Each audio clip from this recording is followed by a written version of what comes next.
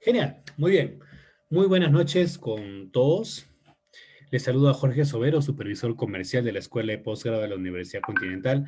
Sean bienvenidos al webinar Protección de Datos Personales y los Delitos Informáticos del curso de especialización en Derecho Informático, organizado por la Escuela de Posgrado de la Universidad Continental. Una vez más, sean todos ustedes bienvenidos. Con nuestro curso podrás conocer y dominar la naturaleza jurídica mixta del derecho informático público y privado, logrando las competencias profesionales especializadas en las demandas laborales en el mundo global, que el mundo globalizado exige en la posmodernidad. Los invitamos a participar del inicio de clases del curso de especialización en Derecho Informático, que será a partir del mes de noviembre. Somos la única universidad en el Perú en obtener 5 estrellas en la categoría Aprendizaje en línea de la QS Rating. Star Rating Systems, en reconocimiento al nivel mundial, es el mayor puntaje otorgado por esta importante institución. Sabemos que tu aprendizaje es importante, por ello te invitamos a unirte a nuestro grupo de WhatsApp, donde estaremos compartiendo artículos de interés relacionados a tu carrera, tips del docente expositor para que lo apliques en tu trabajo y descuentos exclusivos relacionados al programa. Al finalizar el evento, les estaremos compartiendo el enlace para que seas parte de nuestro grupo de WhatsApp.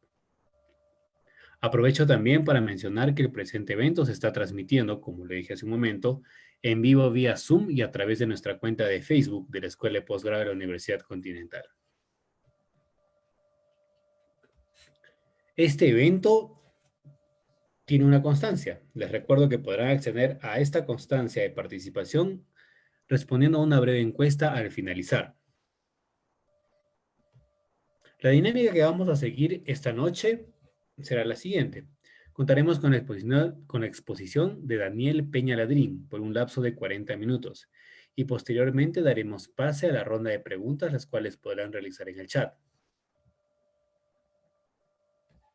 Bien, ahora damos paso al webinar Protección de Datos Personales y los Delitos Informáticos, a cargo de Daniel Peña Ladrín, a quien tengo el gusto de presentar. Daniel Peña es docente de la Escuela de Posgrado de la Universidad Continental, socio del estudio Paz Panduro Abogados, área de delitos informáticos, ex vicepresidente de la Comisión Consultiva de Criminología y miembro ordinario de la Comisión Consultiva en Derecho y Comunicación en Tecnología Informática del Ilustre Colegio de Abogados de Lima. Sin más preámbulo, lo invitamos a realizar su exposición. Adelante, profesor.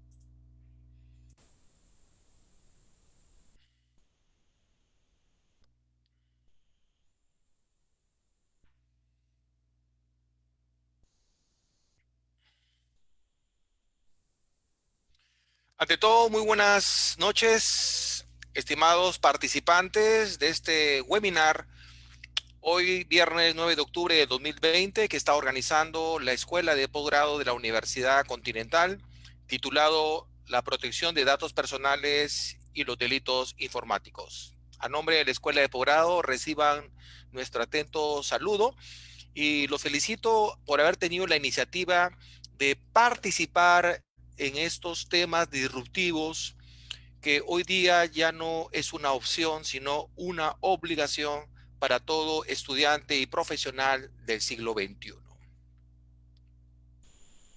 ¿Cuál es el propósito del webinar? Es identificar y conocer la importancia de la protección de datos personales y sus efectos en los delitos informáticos. Vamos a comenzar con una introducción acerca de lo que constituye la protección de datos personales.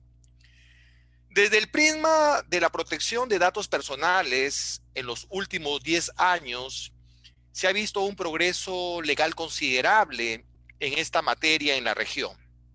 Sin embargo, aún queda camino por recorrer en relación al derecho de autodeterminación informativa que busca garantizar la facultad de todo individuo de preservar su vida privada frente a posibles abusos o riesgos derivados de la utilización de sus datos. Esto tiene un soporte constitucional. Lo encontramos en el artículo segundo, inciso 6, que es el derecho de acceso de nuestra Carta Política de 1993. Partimos de plantear los desafíos jurídicos de nuestro país y de la región, a fin de detectar las tendencias y ofrecer recomendaciones para el futuro. Este webinar, la protección de datos personales y los delitos informáticos, tiene ese propósito.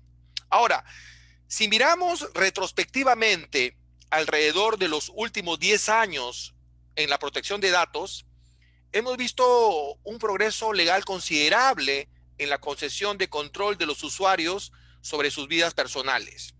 Desde el año 2010, 62 países nuevos han promulgado las leyes de protección de datos, lo que da un total de 142 países con leyes de protección de datos en todo el mundo. Si nos ubicamos en nuestra región, en América Latina, Chile fue el primer país que adoptó una ley de este tipo, el año 1999. Seguido de Argentina, el año 2000, varios países han seguido ahora ese ejemplo, Uruguay el año 2018, México el 2010, Perú 2011, Colombia 2012, Brasil 2018, Barbados el 2019 y Panamá el 2019 también. Ahora, el 18 de septiembre ha actualizado su ley de protección de datos personales Brasil, o sea, no tiene menos de un mes, la pueden revisar en la web para que puedan tener una idea lo que está ocurriendo en la región respecto a la ley de protección de datos personales. Ahora, sin embargo, la evolución contemporánea de la legislación europea sobre protección de datos personales sigue teniendo una enorme influencia en la región. En particular nos estamos refiriendo al Reglamento General de Protección de Datos Personales que entró en vigencia el año 2018 en la Unión Europea y que es un referente a nivel planetario. Desde el año 2018, varios países, entre ellos Barbados y Panamá, han encabezado la adopción de leyes inspiradas en la Ley General de Protección de Datos Personales en la región, lo que promete el comienzo de una nueva generación de legislación sobre protección de datos. De este hecho reciente, como hemos dicho, es la protección de la privacidad de la nueva ley inspirada en la Ley General de Protección de Datos de la Unión Europea en Brasil, que como hemos dicho entró en vigencia el 18 de septiembre del año 2020. Ahora, es necesario destacar que ya en nuestro país, cuando estamos hablando de nuestra ley de legislación sobre protección de datos personales, tenemos un marco legal de las principales leyes que están vigentes en nuestro país. Tenemos nuestra ley, como hemos dicho, el año 2011, la 29733, su reglamento, el decreto supremo 003-2013, las modificatorias que se dieron en el año 2017, también la resolución directoral 02-2020 con respecto al tratamiento de datos personales mediante sistemas de videovigilancia, y la directiva 01-2020 que está vinculada al tratamiento de datos personales mediante sistemas de videovigilancia. En el mes de julio, las ediciones normas legales del Diario Oficial Peruano ha publicado recientemente, en el mes de agosto, la edición oficial de la Ley y Reglamento de Protección de Datos, donde se encuentran todas estas leyes ya sistematizadas en un solo documento. Esto lo pueden encontrar en Google y para que lo puedan bajar.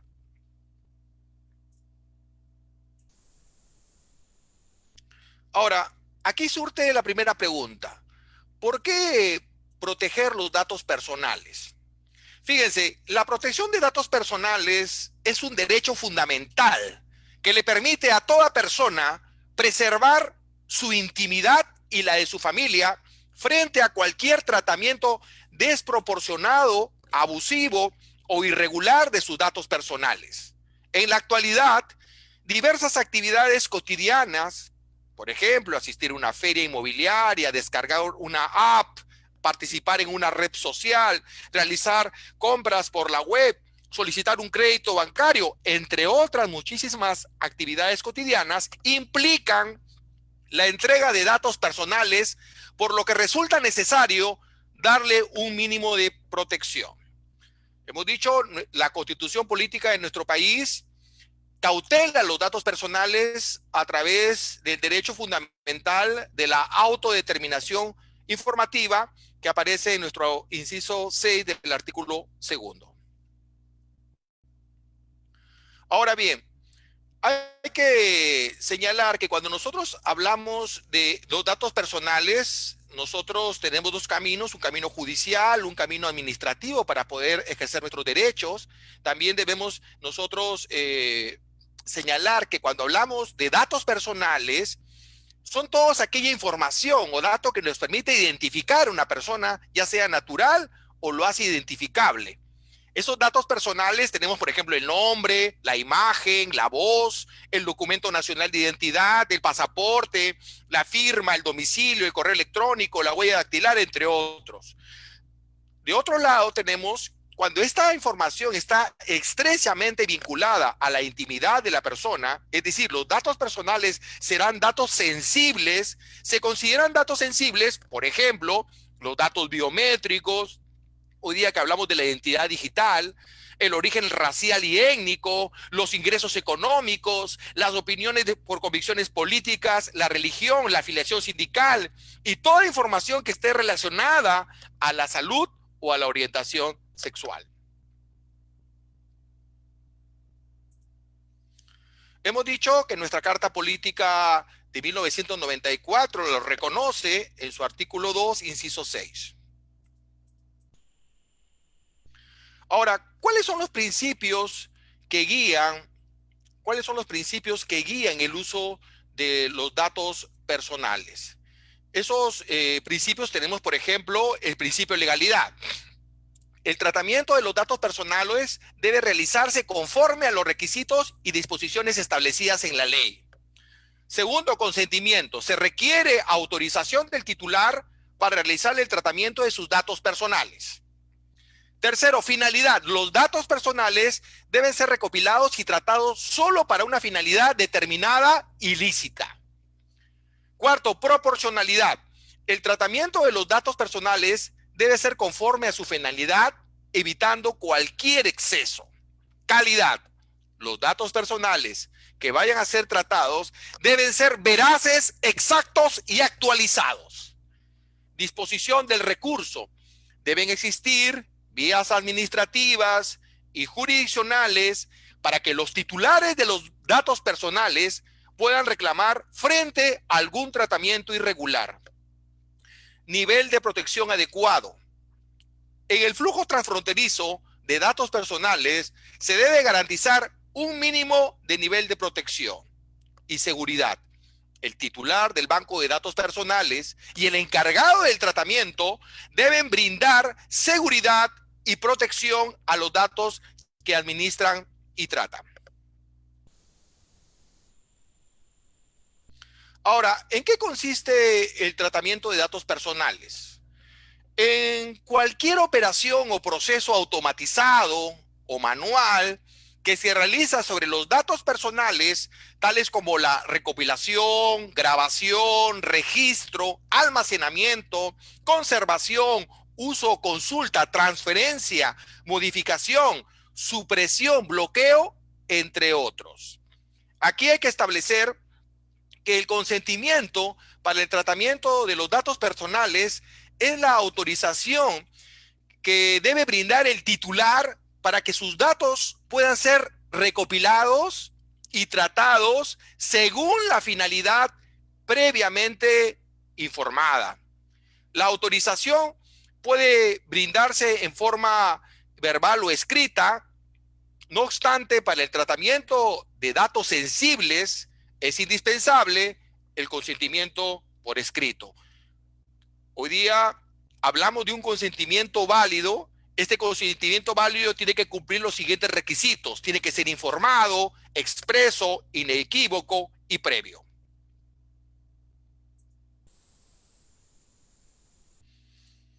Ahora, aquí hay que destacar cuando no se requiere consentimiento.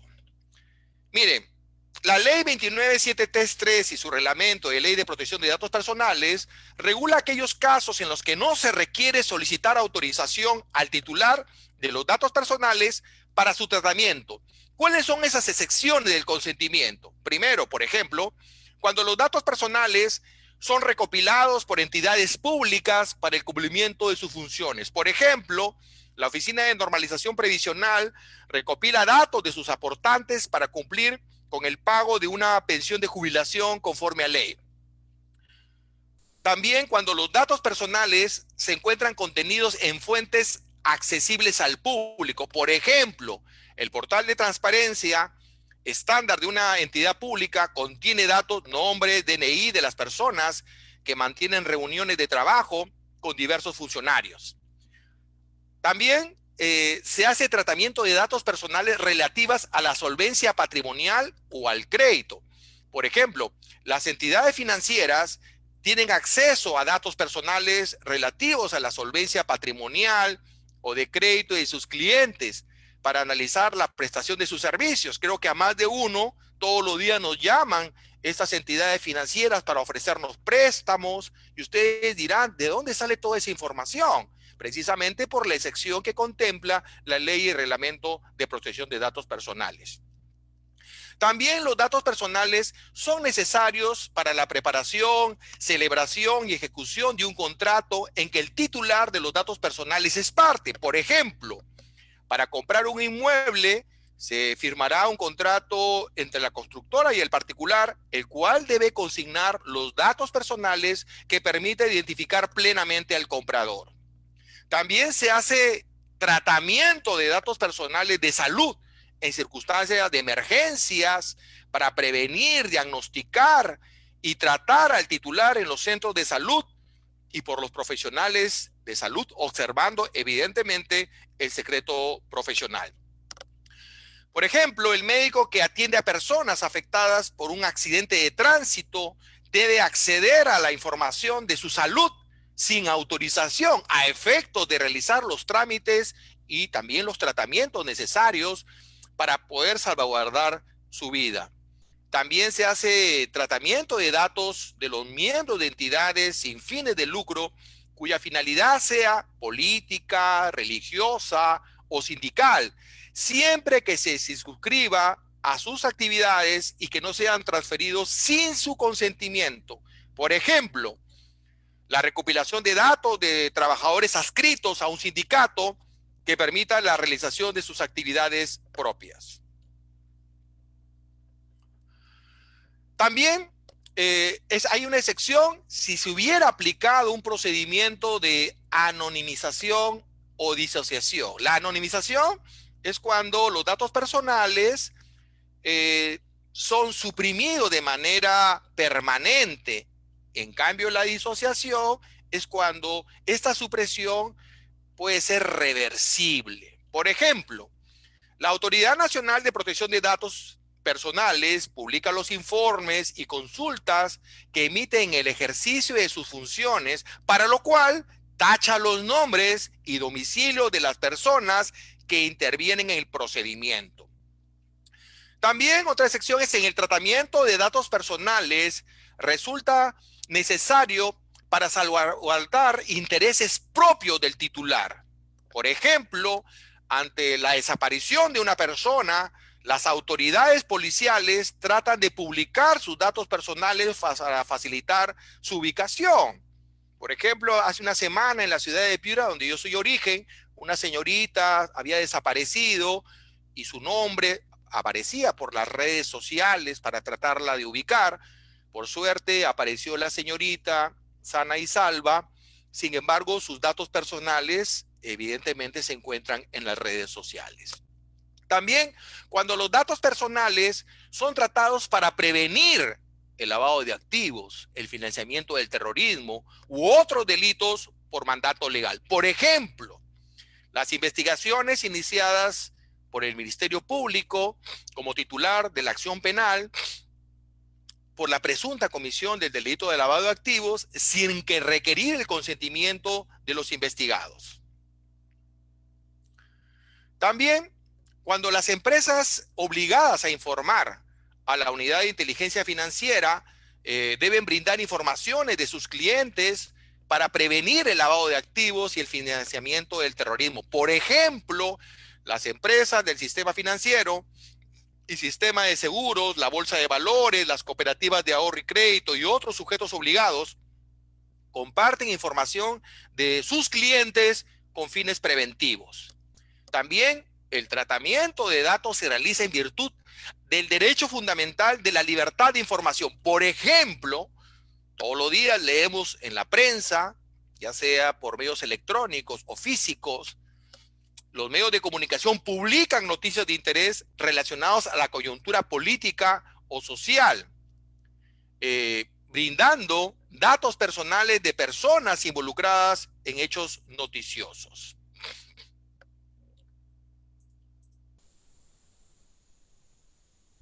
Ahora, cuando nosotros hablamos de los derechos ARCO, estos derechos ARCO, que es un acrónimo, ¿verdad? O sea, un acrónimo quiere decir que corresponde cada inicial a un concepto. Los derechos ARCO son los derechos que tiene el titular de los datos personales frente al titular del banco de datos o encargado del tratamiento de sus datos. Los derechos ARCO se ejercen personal y gratuitamente, ojo, gratuitamente, a través de solicitudes dirigidas al titular de banco de datos o al encargado del tratamiento.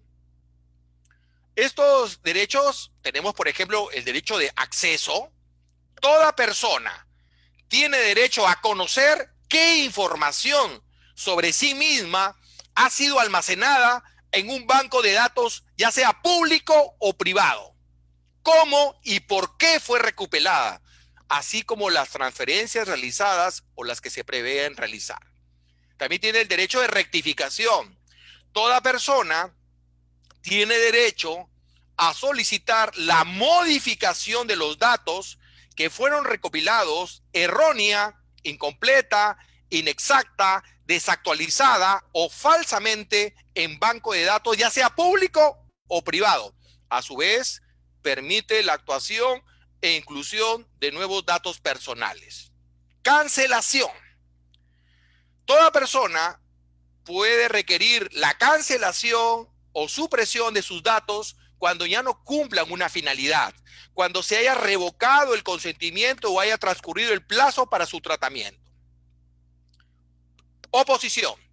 Toda persona puede oponerse al tratamiento de sus datos personales almacenados, ya sea en un banco público o privado. Ahora, ¿qué otros derechos tiene el titular de los datos personales? Tiene, por ejemplo, el derecho a la información. El titular tiene derecho a ser informado respecto del tratamiento de sus datos, así como la finalidad, los destinatarios, el banco en que se almacenarán, el tiempo de conservación y lo relacionado con el tratamiento. También el derecho a impedir su suministro. Se podrá impedir que los datos personales sean suministrados a terceros cuando estén en riesgo los derechos fundamentales del titular. El derecho a tutela. Si los derechos del titular de datos personales son negados total o parcialmente, el afectado podrá acudir a la Autoridad Nacional de Protección de Datos Personales o al Poder Judicial a fin de ejercer la defensa de tales derechos. Y también el derecho a indemnización. En caso el titular de datos personales sea afectado como consecuencia del incumplimiento de la Ley de Protección de Datos Personales y su reglamento, tiene el derecho a obtener la indemnización correspondiente. Bien, ahora, ¿de qué manera se vinculan los datos personales con los delitos informáticos? Aquí suelta una pregunta. ¿Cuál es la línea inefable que separa la protección de datos personales y los delitos informáticos? Como todos sabemos, el derecho penal es una rama especializada del derecho público interno que tiene que ver con la sanción de delitos y faltas por acción u omisión, dolosas y culposas penadas por la ley. Una aproximación de la conceptualización de delito lo encontramos en el artículo 11 de nuestro Código Penal, Decreto Legislativo 635 del año de 1991. En el año 91, el legislador no incluyó los delitos informáticos. Y no los incluyó porque nuestra realidad sociológica, nuestra realidad criminógena, no lo ameritaba. Sin embargo, hoy día, con la digitalización, con la transformación digital, definitivamente no es que hayan aparecido los delitos informáticos, como algunos señalan. Lo que pasa es que la criminalidad se ha actualizado. La criminalidad ha dejado la parte cotidiana, callejera, física, para hoy día prácticamente volcarse. ¿Dónde? Volcarse precisamente a las redes sociales, a las plataformas digitales. Día a día vemos hoy día que los delitos informáticos y el cibercrimen ya ha pasado a nuestra cotidianidad. Pero vamos a hablar de algunos conceptos generales de lo que son los delitos informáticos y el cibercrimen. Debemos partir que la evolución de las tecnologías de información y comunicación y la extensión del uso a través de los servicios y aplicaciones de Internet, como redes sociales, mensajería instantánea, correo electrónico, dispositivos inteligentes, ha llevado a que se utilicen no solo como un cauce habitual de comisión de infracciones en materia de protección de datos, sino también para cometer hechos tipificados como delitos. En consecuencia, el uso de información, es decir, de datos de carácter personal, junto al de las nuevas tecnologías de información y comunicación, como lo que se desarrolla hoy día en Internet, han dado lugar a la comisión de diversos delitos sin que en ocasiones se llegue a ser consciente de ello. Muchas de estas conductas delictógenas tienden a la utilización de información personal sin cumplir la normativa de protección de datos. Uno de sus elementos sin el cual no se hubiera producido, por ejemplo, accediendo sin autorización a datos protegidos o cuando se utilizan o modifican datos de carácter personal que puedan perjudicar a otra persona sin su consentimiento. Le voy a hacer un ejemplo diario, cotidiano. Cuando usamos los servicios y aplicaciones online, es habitual que utilicemos información personal, tanto propia como de terceros, para relacionarlos, comprar o planificar nuestras actividades. También la relativa y frecuencia cuando difundimos información en la web a través de fotografías, videos, audios, por ejemplo en las redes sociales, o a través de los servicios de mensajería instantánea o correo electrónico que afectan a personas a los que no se ha podido o no se les ha pedido permiso para hacerlo. Inclusive, puede que nosotros mismos tengamos tendencia a compartir excesiva información online sin darnos cuenta de la trascendencia y las consecuencias que puede llegar a tener tanto para otras personas como para nosotros y que puede hacer o puede suponer sanciones administrativas e incluso penales.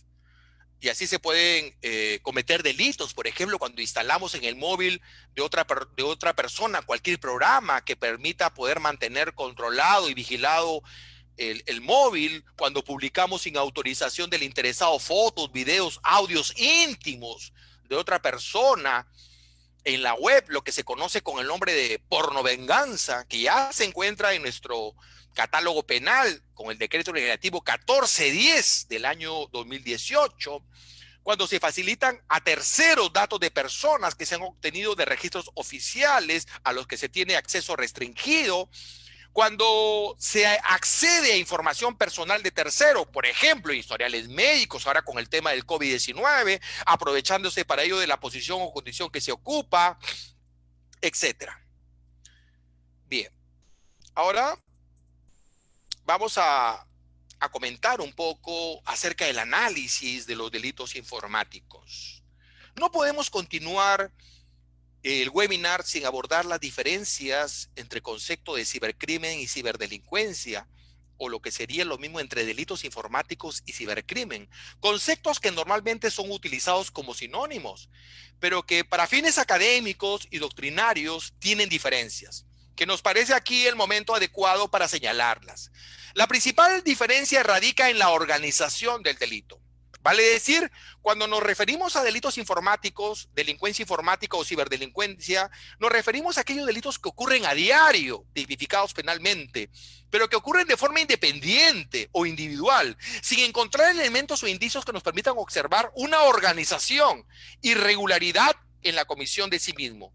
En cambio, cuando hablamos de cibercrimen o cybercrimen, estamos hablando de una serie de delitos informáticos que ocurren de una manera más profesional, organizada, sin motivaciones personales más que económicas, donde los sujetos pasivos de los delitos son elementos fungibles y sin interés para el ciberdelincuente, que busca optimizar sus ganancias a través del perfeccionamiento de distintas técnicas delictivas que utiliza la tecnología. Por ejemplo, podemos hablar todos los días, el mundo está frente al famoso ransomware, que es un tipo de malware, un software malintencionado que tiene como objetivo bloquear, cifrando el acceso de todo en parte la información que contiene un equipo para poder después pedir un rescate a cambio de su liberación. Revisen las redes sociales y se van a dar cuenta de lo que estoy hablando. Dentro de la doctrina de los delitos informáticos y el cibercrimen, encontramos al destacado jurista Fernando Miró Linares, que les recomiendo que lo busquen en la web. Es uno de los grandes de habla hispana que ha estudiado el cibercrimen y los delitos informáticos. Tiene muchos trabajos que recomiendo que revisen para que puedan entender la dinámica de los delitos informáticos y el cibercrimen. Él habla de una clasificación de económicas, sociales, políticos, habla de unos cibercrimen puros. Estamos hablando de aquellos que atacan bases de datos, réplica, aquellos que son un medio para cometer un fin. También él nos habla de aquellos cibercrímenes de contenido, donde tenemos, por ejemplo, la pornografía infantil, la ciberpiratería intelectual, política, etcétera. Por otro lado, también encontramos a Ricardo Posada Maya, que él hace una clasificación bipartita entre delitos informáticos y delitos computacionales. Por ejemplo, los delitos informáticos son aquellos que atacan bases de datos y los delitos computacionales son aquellos que utilizan el medio informático para cometer un fin. Por ejemplo, el acoso sexual, el chantaje sexual, el acoso informático, la pornovenganza.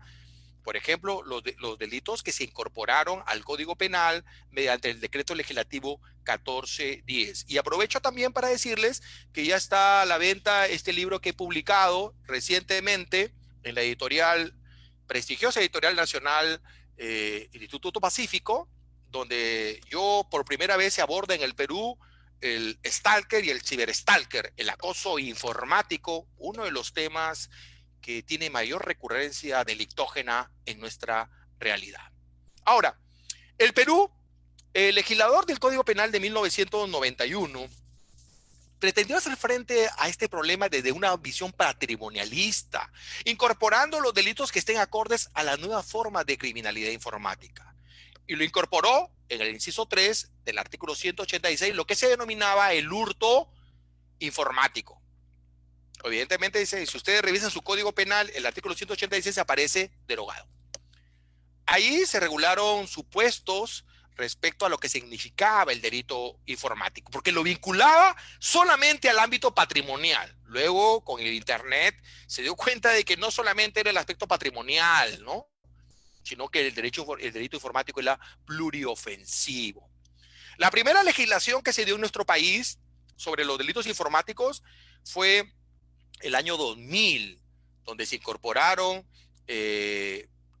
por los artículos 207A, 207B, 207C y el 207D en mayo del 2012, donde nuestros delitos informáticos eran prácticamente vinculadas a temas patrimonialistas. Hablábamos de acceso indebido a una base de datos, hablábamos de sabotaje informático, hablábamos de agravantes y hablábamos de tráfico ilegal de datos. Pero luego vino una discusión en el Congreso de la República. Se presentaron cerca del año 2013 8 proyectos. Una anécdota es que uno de los proyectos que se presentaron, ¿saben de quién fue? Fue de la ex congresista Susy Díaz. Hay mucha gente que no sabe que Susy Díaz fue una de las autoras de uno de los proyectos que se presentaron en el año 2012 y que dieron el nacimiento de la segunda y última ley de delitos informáticos, que es la 396 y su modificatoria es la 30171. La primera del año 2013 y la segunda de marzo del 2014. Ahora bien, hay que destacar que cuando nosotros hablamos de esta segunda ley de delitos informáticos, la 396, con su modificatoria, la 30171-2014, y la última modificatoria que ha tenido ha sido con la ley 30383, que es del año 2018, con respecto al artículo quinto del grooming, el acoso sexual infantil a través de la web. Hoy día, la finalidad de esta ley es la prevención y sanción de los delitos informáticos. Aquí, en primer lugar, tenemos primero, dentro de lo que son los delitos contra datos y sistemas informáticos, tenemos el acceso ilícito a un sistema informático que aparece en el artículo 2. Tenemos también el atentado a la integridad de datos informáticos en el artículo 3. Por ejemplo, el ingreso a un sistema informático para alterar información relativa a sueldos, información laboral de un trabajador. También tenemos el atentado a la integridad de los sistemas informáticos en el artículo 4. Por ejemplo, los ataques de DDoS, que son ataques de red distribuidos a menudo, que se conocen como ataques de denegación distributiva de servicio o DDoS. Este tipo de ataque aprovecha los límites de capacidades específicas que se aplican a cualquier recurso de la red, tal como la infraestructura que habilita el sitio web de la empresa, entre otros. Ahora, también tenemos el artículo quinto, que como les he dicho, se modificó el 4 de agosto del año 2018. Ahora se incluyó el tema, el que a través de internet u otro medio de análogo contacta a un menor de 14 para solicitar u obtener de él material pornográfico o para proponerle llevar a cabo cualquier acto de connotación sexual con él. Este párrafo ese que se incluyó, que no estaba en la anterior descripción típica de la modificatoria de la ley 30171 de marzo de 2014. Con respecto al tráfico ilegal de datos, que ya estaba en el artículo 6, fue derogado y se incorporó al Código Penal con el artículo 154A. Luego también tenemos la interceptación de datos informáticos en el artículo 7, en el cual la pena agravada es hasta 10 años y se incrementa hasta un tercio por encima del máximo legal si el agente lo comete como integrante de una organización criminal en amparo de la ley 377. Es la versión informática de lo que antes se conocía como interceptación telefónica. Luego tiene el fraude informático del artículo 8, el que señala, es uno de los delitos, según la División de Delitos de Alta Tecnología, la DIVANDANT, que se encuentra aquí en Lima, en la avenida a España, a la entrada del Metropolitano, frente a la prefectura. Antes estaban en el piso 9, hoy día están en el piso 13, o sea, en estos meses, desde mayo, junio, están en el piso 13. Según los datos que maneja la DIVANDANT, tanto los delitos de fraude informático y suplantación de identidad son los delitos de mayor recurrencia criminal. En esos momentos, ustedes saben que el gobierno está dando un bono en el mes de septiembre y de octubre y hay una página a través del phishing, el ditching. El phishing es a través de técnicas de ingeniería social donde las personas ingresan a una página muy parecida a la del gobierno, donde en el cual hay muere un link en donde las personas, lamentablemente por la brecha digital, los ciudadanos desconocen y utilizan las redes sociales o piensan que son igual con cuando uno habla con una persona cara a cara. El aspecto criminógeno de los delitos informáticos es el anonimato, el no saber quién se encuentra al otro lado. Otro delito también tenemos, hemos dicho, la suplantación de identidad que aparece en el artículo 9. Por ejemplo, la atribución de una entidad ajena a través de cualquier página de internet o red social. Por ejemplo, en la doctrina le hablan de usurpación de identidad. Nuestra legislación le llama suplantación de identidad, pero el verdadero nombre es usurpación de identidad. También tenemos el abuso de dispositivo de mecanismos informáticos en el artículo 10. el que deliberada o ilegítimamente fabrica, diseña, desarrolla, vende, facilita, distribuye, importa o obtiene para su utilización uno o más mecanismos o programas informáticos, dispositivos, contraseñas, códigos de acceso o cualquier otro dato informático específicamente diseñado para la comisión de los delitos que señala nuestra ley. La pena es una pena máxima de 4 años. También el artículo 11 habla de los agravantes, ¿no? Que respecto a que el juez aumentará 1/3 de la determinación judicial de la pena. Ustedes saben que nuestra legislación ha sido modificada y la pena es a través del sistema de tercios de la determinación judicial de la pena. Ahora, también nosotros vamos a encontrar en esta ley algo que ocurrió el año pasado y que probablemente no se ha difundido como debería difundirse, que fue que Perú ratificó el convenio de Budapest, o también denominado el convenio de cibercriminalidad. Aquí al respecto de este convenio es muy curioso porque recién el año 2019 el Poder Legislativo lo aprobó en el verano, en febrero del 2019 y en marzo de ese mismo año lo ratificó mediante un decreto supremo, cuando nosotros ya teníamos una ley de delitos informáticos desde el año 2013, o sea, 14, 15, 16, 17, 18, 19, 6 años después. Y también el convenio de Budapest entró en vigencia el 1 de diciembre del año 2019.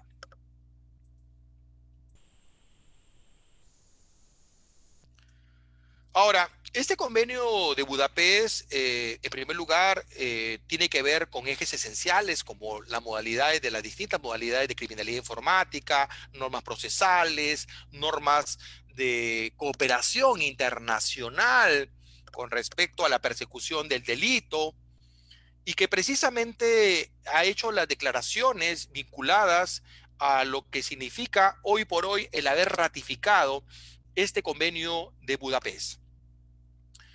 Aquí, como reflexiones finales, ya para culminar, la ley de delitos informáticos es necesaria en tanto porque propone un nuevo catálogo de delitos cuya inclusión en el sistema jurídico peruano es saludable a fin de desalentar las conductas como por ejemplo de phishing y suplantación de identidad, que como hemos dicho, según la División de Delitos de Alta Tecnología, son los 2 delitos informáticos de mayor trascendencia e incidencia delictógena. Dada la importancia de los temas regulados, explicados y abordados con respecto a la protección de datos y a los delitos informáticos, es importante promover una mayor difusión y discusión de estos tipos penales. Y precisamente este webinar ha tenido ese objetivo, reflexionar, sensibilizar en la opinión pública, en los estudiantes de derecho, de ingeniería, público en general y todo aquel que se encuentre vinculado hoy por hoy en esta nueva normalidad, en esta nueva transformación digital que vivimos. Ahora, es necesario la discusión de los tipos penales para que la población y el sector privado conozcan los alcances de lo que está prohibido y permitido en esta materia de protección de datos y también en lo que es delitos informáticos. Y sobre todo también a los operadores jurídicos. Estamos hablando de los órganos formales del control de la criminalidad para que puedan lograr comprender con profundidad los alcances de lo regulado a fin de aplicarlos de manera adecuada y razonable. Hoy día, tanto la ley y reglamento de protección de datos y la ley de delitos informáticos habla de un tratamiento de datos personales que sea proporcional a todas las personas y que sobre todo prevalezca el consentimiento informado. Hoy día, estimados participantes, vivimos en cambios disruptivos, cambios bruscos que, como decía Eduardo Couture en su código de ética del abogado, abogado estudia que el derecho cambia. Si no estudias cada día, serás menos abogado. Muchísimas gracias a todos los participantes y estoy a su disposición para las preguntas respectivas. Excelente. Muchas gracias, profesor Daniel, por su exposición de tan importante tema. Bueno, a continuación pasamos a la ronda de preguntas. Invitamos a los participantes a realizar sus preguntas por escrito en el chat, por favor. Por ahora vamos teniendo una primera pregunta. Para nuestro profesor nos dice así César. Profesor, una consulta. ¿En qué consiste la autodeterminación informativa? Bien, cuando nosotros hablamos de la autodeterminación informativa, estamos hablando del consentimiento informado que tiene toda persona para poder tener conocimiento qué es lo que se está realizando acerca con sus datos personales. Esta autodeterminación informativa, como lo llama el Reglamento General de Protección de Datos de la Unión Europea, en nuestra legislación se le conoce como derecho de acceso, que está regulado a nivel constitucional en nuestro artículo segundo, inciso sexto, en el cual garantiza que las personas tengan pleno conocimiento acerca de la información personal que se ingresa en diferentes bases de datos, sean públicas o privadas. Ok, tenemos otra consulta más. Nos indican, ¿cómo prevenir para no ser víctima de los delitos informáticos? Muy buena pregunta, ¿no? Yo pienso que la prevención, ustedes saben que la prevención es la finalidad de la criminología, aunque ustedes me imagino que a nadie le habrán escuchado hablar de la criminología, pero ustedes revisen en Google y pongan finalidad de la criminología y le va a salir prevención. Hoy día con el COVID-19, hoy día todo el mundo habla de prevención. El tema de la prevención es un tema muy antiguo. Desde la época de los sofistas, Protágoras de Abdera decía, más vale prevenir que sancionar. El tema de la prevención en los delitos informáticos o delitos computacionales tiene que ver con la conducta de la propia persona que utiliza el acceso a Internet. Cuando uno va caminando por la calle y de repente alguien nos jala nuestra billetera, inmediatamente hay un sereno o un policía o una cámara, ¿verdad?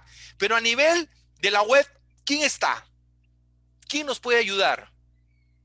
Si se dan cuenta, son dos espacios diferentes.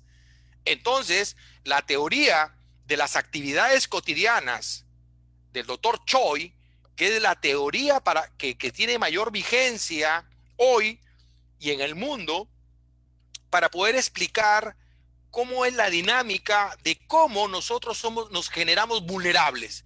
Aquí ocurre algo muy particular en los delitos informáticos. Es la propia víctima la que promueve los elementos necesarios para ser victimizados por un delincuente informático. Fíjense, es la propia víctima. De repente usted se compra un auto, se toma una foto en Facebook, lo publica, y al día siguiente lo están asaltando de una manera criminal. Lo que le estoy contando no le he sacado de ninguna revista. Tuve un amigo que le ocurrió eso. El tema de la prevención es un tema que nosotros tenemos que manejarlo a nivel familiar, a nivel amical, a nivel laboral, a nivel universitario, a nivel público, a nivel privado.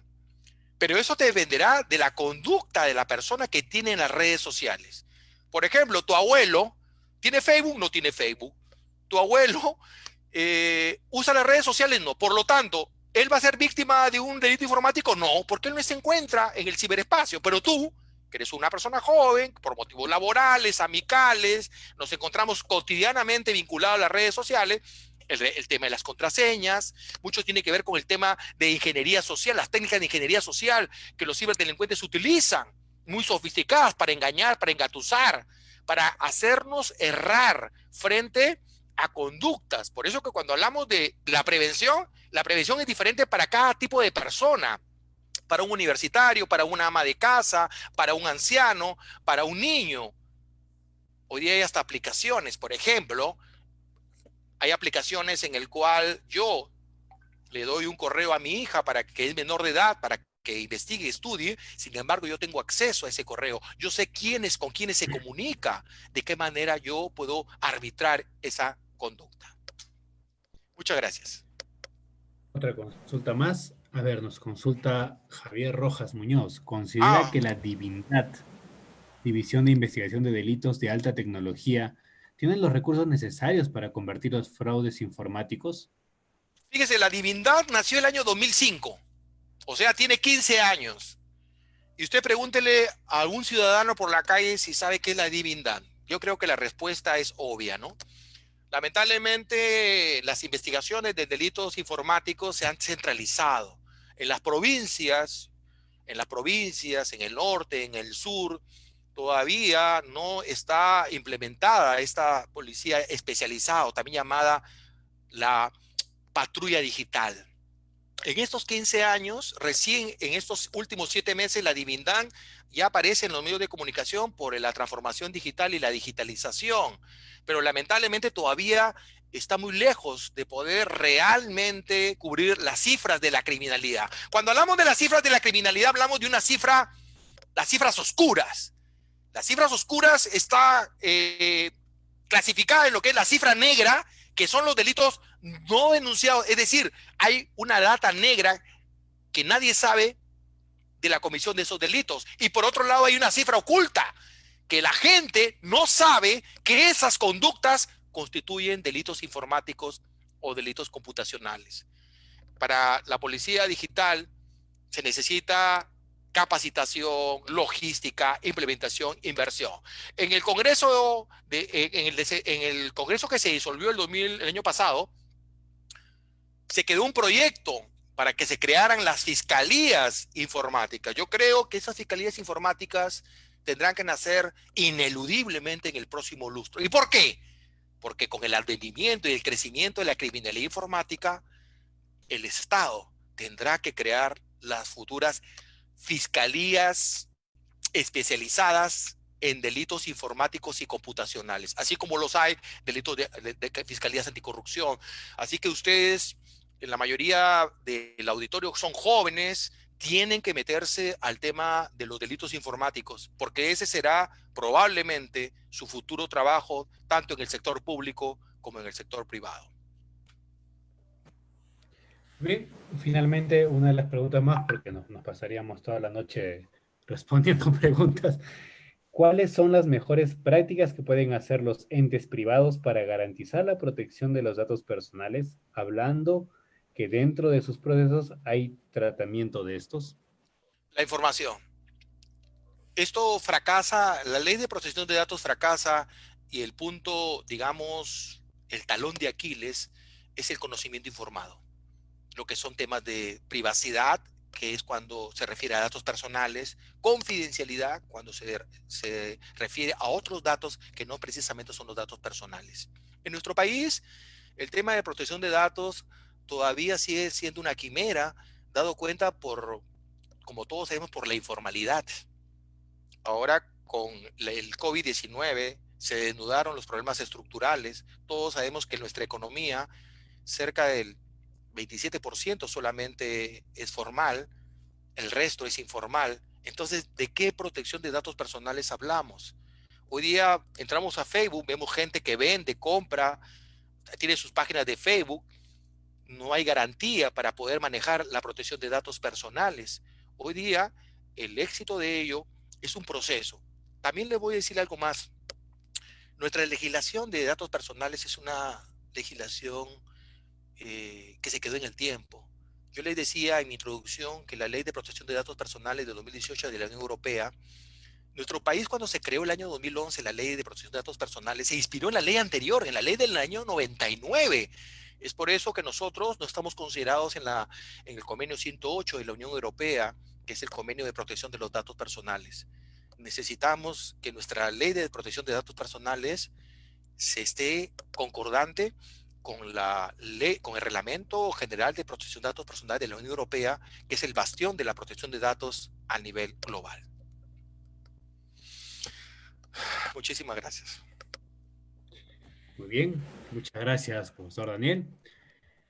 A continuación, quiero comentarles un poquito acerca de nuestra nueva modalidad de estudios en el curso de especialización en Derecho Informático.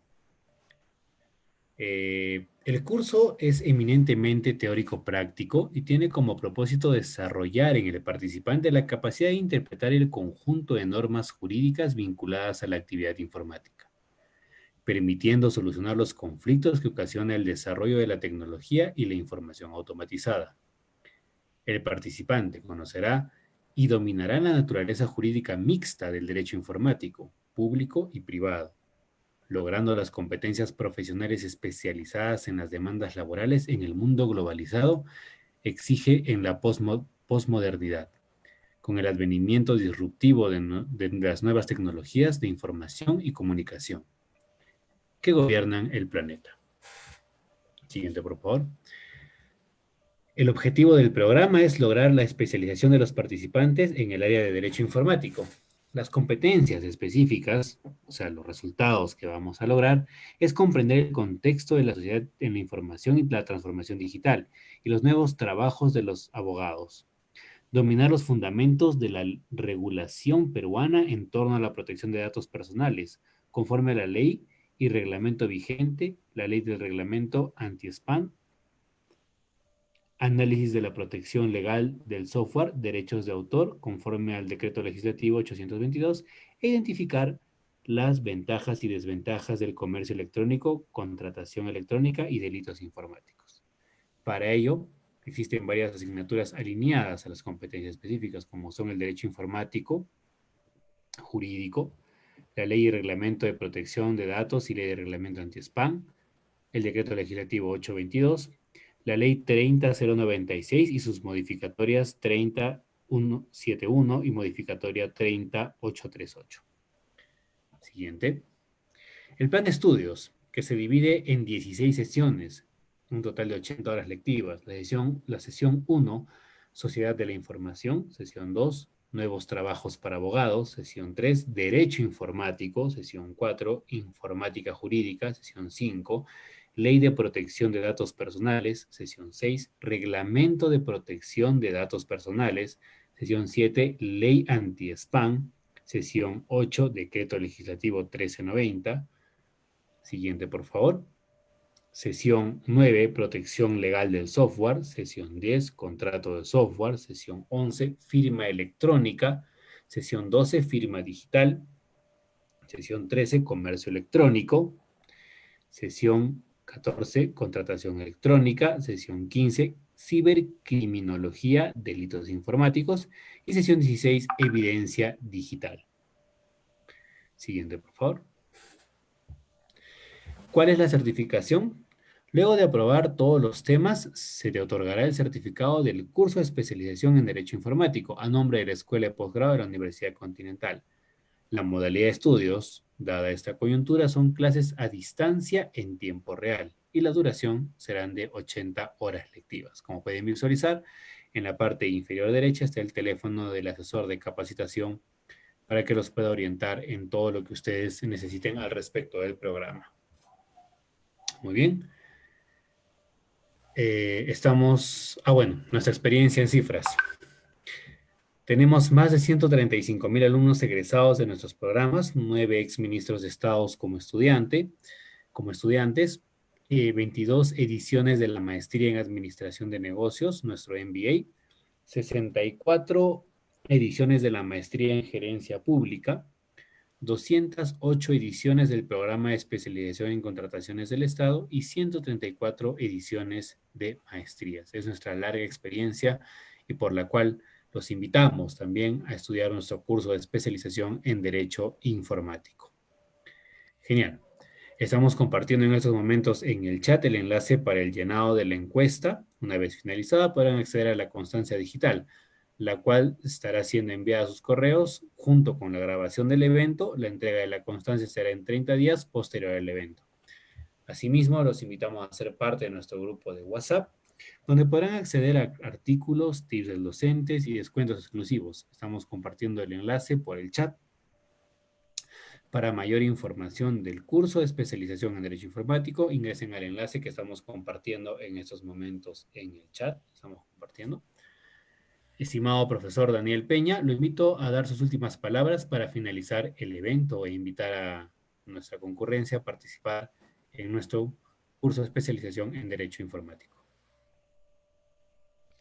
Bien, mis palabras finales como epílogo, en primer lugar, felicitar a todos los participantes por haber tenido la oportunidad de agendar este importante webinar que ha tenido por finalidad sensibilizar acerca de la importancia del derecho informático hoy. Definitivamente, si este curso yo lo hubiera dictado el año pasado, probablemente todavía la población no hubiera tomado conciencia la necesidad ineludible e impostergable que necesita obtener las competencias sobre derecho informático.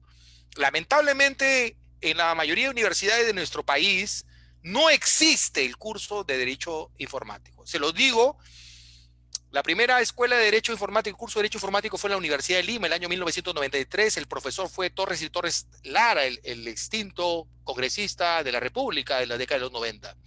Pero todavía, yo acá en Lima trabajo en varias universidades, no existe el curso de derecho informático. Y hoy día, las competencias que se necesitan para poder incursionar en el mundo laboral, necesitamos conocer, y lamentablemente, como las universidades, la Universidad Continental, la Facultad de Derecho sí lo tiene, yo soy el profesor titular del curso de Derecho Informático, pero en otras universidades de la nación no existe.